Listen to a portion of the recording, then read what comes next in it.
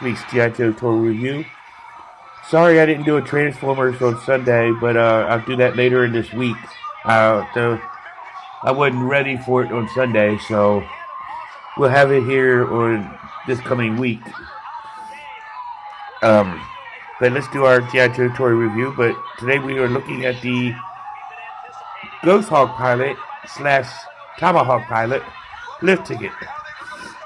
But before we get to lift ticket, I'd like to do a couple shout outs. First to Time Traveler Toys and Collectibles at 115 South Loudon Street in Winchester, Virginia, where you get all your different collectible toys, collectibles, and other stuff, comic books. I did a walkthrough video a couple months ago, so you can go and rewatch that and check that.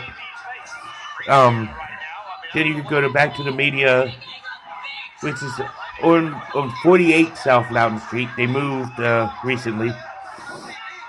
So go and check them out for all your video game needs. And you can also get other stuff, other kind of collectible stuff there. Then you can go to Four Color Fantasies on 80 Weems Lane for all your comic book needs. Old titles, new releases, role-playing stuff, card games, different things like that. And then if you need any kind of counseling, whether it's your regular run-of-the-mill, all that kind of stuff, counseling, marital, premarital, go see Robert C. Brown and Healing Grace Counseling Services on 133 East Bascowan Street, Suite number 10. Rob is a good listener and has good sound advice, so go ahead and check him out. Check his place out if you need any kind of counseling. So let's get to the figure of the week, lift ticket, starting with his file card, which was cut out on the box of the 25th anniversary Ghost Hawk, which I did a review this past summer. And it says Ghost Hawk Pilot, codename Lift Ticket, file name Starosky Victor W. Primary military specialty is a VTOL and V-STOL pilot. Secondary military pilot, fixed wing and rotary wing aircraft pilot. Birthplace Lawton, Oklahoma. Grade is a CW2. And Lift Ticket was one of those guys who joined the Army to get out of his hometown. The big difference with Lift Ticket was he was scored so high on the aptitude test that he qualified for West Point Prep, Officer Candidate School, and Flight Warrant Officer Candidate School. Nobody in Lawton ever suspected he was that smart. Even Lift Ticket, he opted for flight school, thinking that it was the only one that offered training applicable for civilian employment.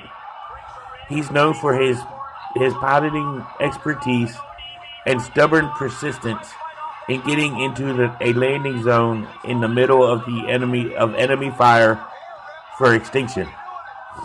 Then the quote at the bottom says, "You don't just fly into a IZ expecting or LZ expecting the weapons to fire and somehow miss you. You've got to have a whole lot of skill, plenty of stubbornness, and a fistful of luck if you want to get you and your team out of there in one piece." Yeah, that really says a lot about Lift Ticket being a highly educated man, which is pretty cool. But let's take a look at his accessories, which come with a few. Not many, but a few. First, a figure stand, upraised G.I. Joe logo, codename Lift Ticket on the front. He also comes with a removable helmet. And he also comes with a knife. I'm kind of glad to see that, certain pilots get a weapon. Because most vehicle drivers in the modern line doesn't come with a weapon. But I'm glad he did. So let's take a look at his paint and color and sculpt. He's got really dark black hair, Caucasian skin tone. He's got that big ear thing going on. It doesn't say nothing about his big ears in the file card, but he does got some big ears. And he's got his flight vest, hand flight vest with a pistol and a pistol holster there, walkie-talkie, radio, several pouches on it. And he's got his red and green suit with the tin boot straps with black boots. And all his stuff goes all the way around with the red and the black and whatnot. Let's take a look at his articulation. His head can, even though it's hard, but his head can spin the full 360. Then he can lift his arm to about there. Rotate all the way around. And he can bend at the elbow. Swivel at the bicep. And he can rotate at the wrist. He does have the ab crunch feature, but it is blocked by the flight vest. But it is there. He can split his legs about that far. He can lift his leg about that high. Double knee joint.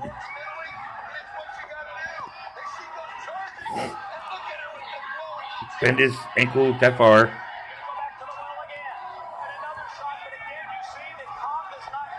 And rotate at the ankle.